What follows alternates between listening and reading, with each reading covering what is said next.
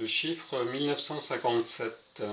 Donc je prends l'unité pour les 1000, le quinaire, plus les 4, donc ça fait 19, 5 et 7, donc ça doit correspondre à 1957. Voilà. Cette vidéo va présenter 3 types d'opérations que l'on peut effectuer avec un boulier, qui sont l'addition, la soustraction et la multiplication. Tout d'abord, d'un point de vue général, le boulier est composé de 11 tiges qui portent à chaque fois des boules, ainsi qu'une barre centrale de lecture sur laquelle on lira le nombre voulu. Ensuite, le boulier est une machine à calculer suivant un système positionnel, c'est-à-dire que on lit de droite à gauche. Sur cette ligne, sur cette barre, on lira les unités, dizaines, centaines, milliers, dizaines de milliers, centaines de milliers, etc. Ainsi, si on veut représenter le chiffre 1, on placera 1 sur la barre de lecture. 2, 3, 4, 5. Or, 5 boules de la partie inférieure, que l'on appelle les unaires, représentent une boule de la partie supérieure que l'on appelle les quinaires. Quinaires pour 5. Donc on représente 5, 6, 7, 8, 9, 10. D'après la même règle, cela revient à baisser un deuxième quinaire. Or, un quinaire représente 10, 5 plus 5. Cela revient à mettre une dizaine à la place des deux quinaires. Et ainsi de suite. Commençons par l'addition. Si l'on veut par exemple additionner 54 à 87, on représente d'abord le plus gros nombre à droite, puis l'autre sur l'extrême gauche afin de ne pas l'oublier. Alors, nous allons d'abord représenter 87. Donc, on commence par les dizaines. 87 se représente 50 plus 3 dizaines, 80. Et 7, 5, 6, 7. 87. De l'autre côté, 54. On va d'abord représenter les dizaines. 54, donc un quinaire. Et 4 unaires.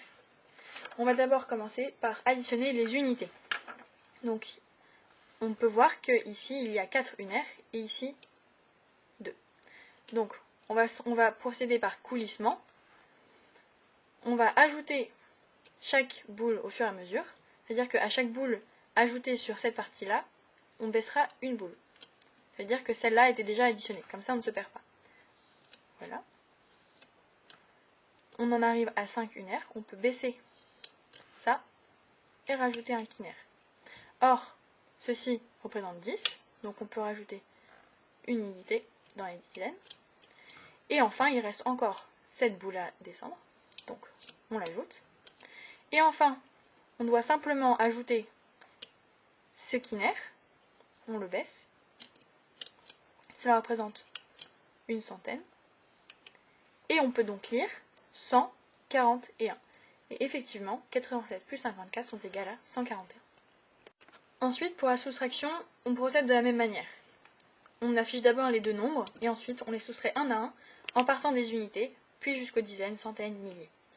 Par exemple, prenons 113, auquel on veut soustraire 28. On va d'abord représenter le numéro 113. 100, une centaine, une dizaine, 3 unités, 113. De l'autre côté, on affiche 28, donc 2 dizaines, plus 8 unités, 5, 6, 7, 8. Le problème est que sur la barre des unités, on va devoir soustraire à 3 l'équivalent de 8.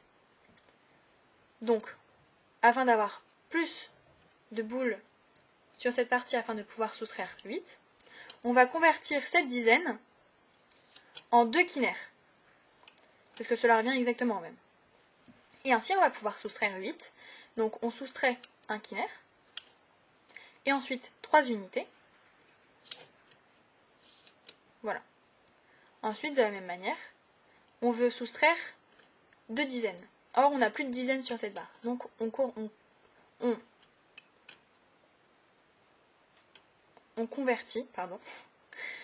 convertit cette centaine en 2 quinaires. On convertit ce quinaire en 5 unaires. Et ensuite, on peut soustraire ces deux-là. On peut donc lire 85. Et effectivement, 113 moins 28, c'est égal à 85. Pour la multiplication, nous allons utiliser le carré que tout le monde connaît, 12 fois 12 qui est égal à 144, c'est le plus simple. Donc nous allons à nouveau afficher les deux multiplicateurs de chaque extrémité du boulier. Et il faut savoir que pour une multiplication, on change de mode de lecture, on lit de la gauche vers la droite. Donc on va commencer, on met ses doigts sur les deux tiges pour commencer, pour ne pas se tromper de multiplicateur. On va commencer par le chiffre qui est le plus à gauche ici, qui multiplie le chiffre qui est le plus à gauche là. Donc, pour cette multiplication-là, qui est égale à 1 fois 1, on va afficher le résultat sur la tige qui précède. Donc on va afficher 1, car 1 fois 1 est égal à 1. Si par exemple le résultat avait été 38, on aurait marqué 38, comme ceci. Par exemple, non, 38. 1. Donc nous avons un résultat qui est égal à 1. Ensuite on va déplacer son doigt sur l'autre tige. 1 fois 2, c'est égal à 2. Or on l'affiche sur la même tige. Il faut l'afficher et non pas l'additionner. Donc 1 fois 2, ça fait 2. On affiche 2. On ne rajoute pas 2 à la tige. Ensuite, même principe avec la tige d'avant. On placera le résultat sur la tige qui précède. 2 fois 1, 2. On l'ajoute. Et 2 fois 2, 4. On l'affiche. Cela fait donc 144.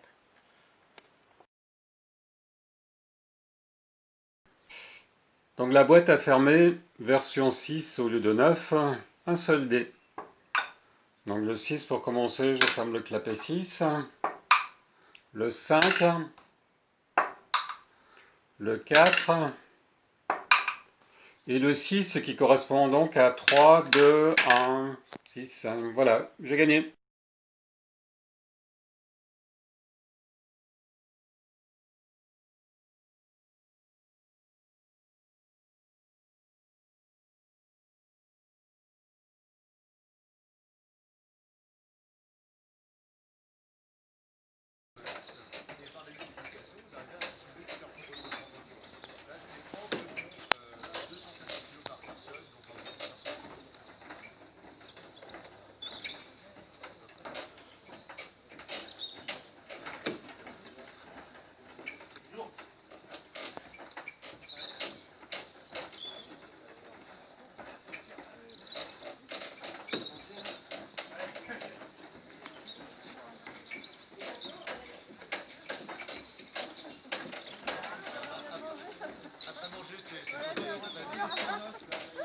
Bon, si seulement je pouvais les mettre. Je peux garantir que.